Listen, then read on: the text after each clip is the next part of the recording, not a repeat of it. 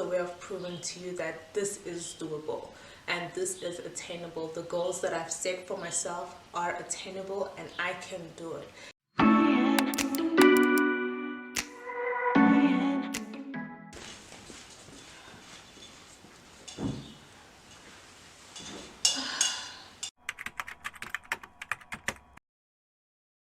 Hi guys, welcome back to my channel. My name is Mila, and on this channel we discuss all things entrepreneurship, motivation and girl chat. If you're new, I'm happy to have you here. I promise you'll love it here. And if you're a returning subscriber, thank you for coming back. So I'm going to keep this video very short, but it's going to be filled with so many gems. I'm going to be discussing things that will motivate you as an entrepreneur or small business owner to stay motivated, because entrepreneurship is tough. It's not easy. It's not glamorous and a bed of roses like social media makes it out to be, but it's definitely worthwhile in my opinion.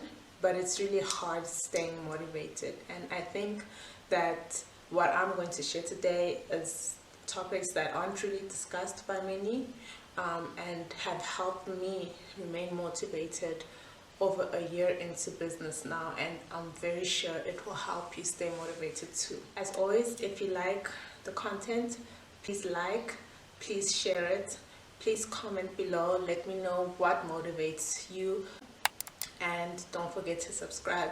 I post videos every week and they're all gem-packed, and they're all something you can take a little bit from. So yes, let's get straight into it.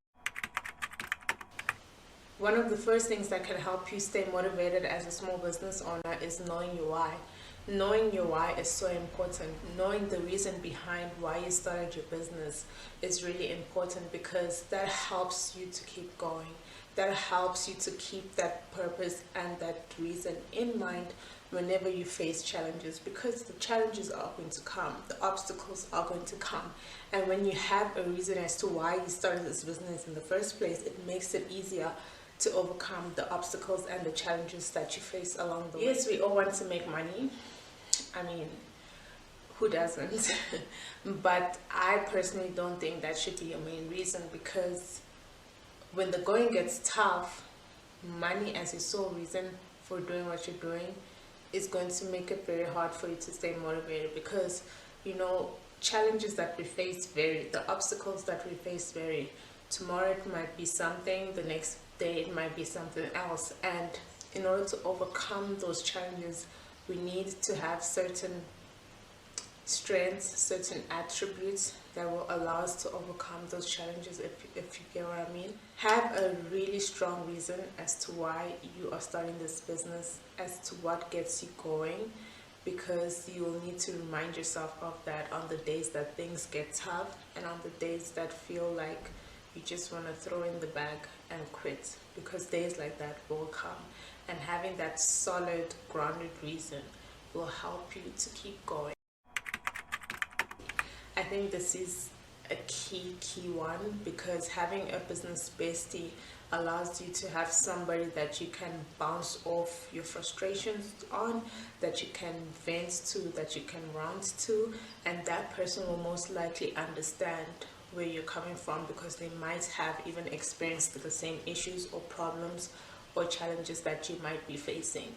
It's much easier to have a business bestie that you can relay these emotional, mental, or even physical challenges to, than someone who has no clue about businesses, someone who's not on the same trajectory as you, someone who doesn't really have the same goals, not the same goals, but someone who's not really on the same path as you in terms of entrepreneurship.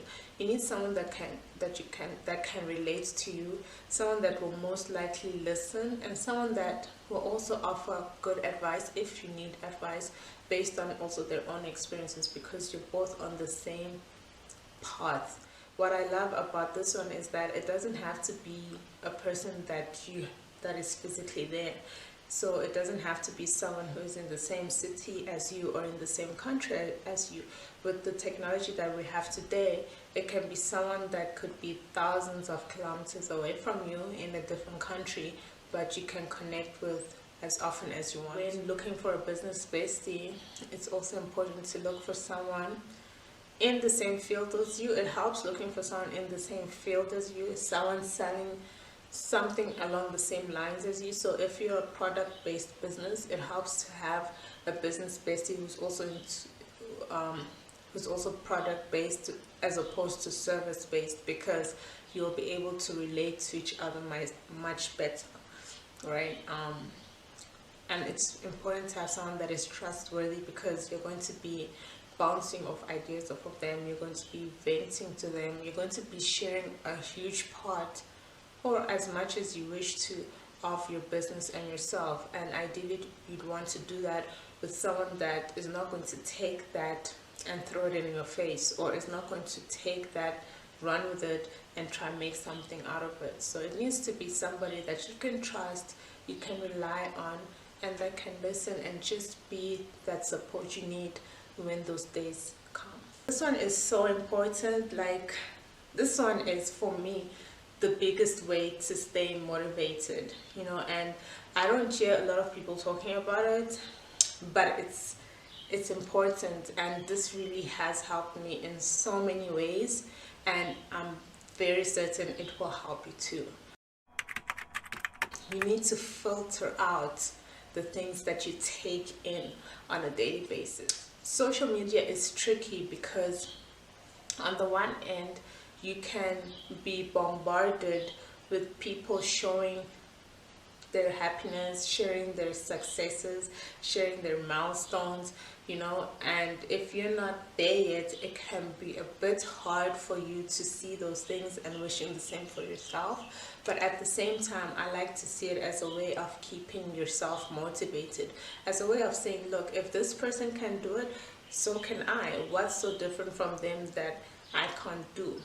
It's just a way of proving to you that this is doable and this is attainable. The goals that I've set for myself are attainable and I can do it. That's the only thing that you should be taking from that. But at the same time, we can't always, yes, to a degree we can, but we can't always control the things we bump into as we scroll through social media. So I think it's important to really filter out and be very mindful of the things we take in. For example, me personally, I love spending a lot more time on my business social pages as opposed to my personal, because on my business side, because of the type of content that I'm always searching for, it's very motivational stuff, it's very inspiring stuff. I have a lot of, it's filled with a lot of small business owners sharing their challenges, sharing their successes, sharing their journeys. It's filled with a lot of motivational speakers. It's filled with a lot of business coaches. It's filled with a lot of pages that share tips for small businesses. So those things is what I constantly see when I'm on my business pages, as opposed to on my personal page. As much as I love it there, because I have my friends and people I know, sometimes I can come across things that really don't make any sense to me to see. Some things I even question, like, why is this on my feed? And with the way the algorithm has been structured, it's structured in a way to entice you into certain things through what they show you, right? So we need to be very mindful of that. Be intentional. So even when you're searching for things on your social media, search for intentional things. Search for things that will keep you motivated. Search for things that will uplift your spirit, right? Because then the algorithm will pick that up, and chances are what you start seeing showing up on your feed is very similar to what you're searching for. Another way that I like to be mindful and filter what I consume mentally, I'm very intentional on not reading or listening to certain things. I like to stay positive. I'm an optimistic person, right? I like to surround myself with positivity and positive energy, positive vibes. So a lot of times I don't watch the news. I don't listen to the news, especially with the way the world is today, with high inflation, high petrol prices, high everything really. It's stuff that for me, I don't want to keep hearing every single day because that's just going to stress me, right? So I intentionally stay away from those things and just focus on the things that make me feel good, that inspire me, and that motivate me. So it's very important to filter what you consume mentally, because that will help you stay motivated and encouraged along your journey, because you will be seeing the things that are possible. Social media makes entrepreneurship seem like it's all dandy, a bed of roses, a walk in the park, the best thing ever, best life, soft life, just a breeze. But it's not. We need to be realistic with ourselves. It's not. People may show it that way. Fine, people are entitled to show things the way they want, but we need to be responsible in the way we receive it. It can be motivating. We can be happy for them, but we need to understand that that's not how it is all the time, so that when we experience the downside of it, we are not demotivated. We understand that, listen, this happens, challenges will come, obstacles will come. Now it's up to me to try and figure my way around it, right? To try and come out of it the best way I can, right? So when we're realistic with ourselves, staying motivated is much easier, because when those obstacles and challenges come, it's not the end. We just take a pause, we take a step back, we reevaluate, and then we continue, right? So it's important to know the fact. Go into business knowing it's not easy. Don't go. Look, I don't have a problem with being optimistic. I'm very optimistic myself, but I just feel like we shouldn't be blindly optimistic. We shouldn't be over our heads, and we shouldn't just waltz into it. It's important to understand that it's not going to be easy. You won't always get the support that you are hoping for.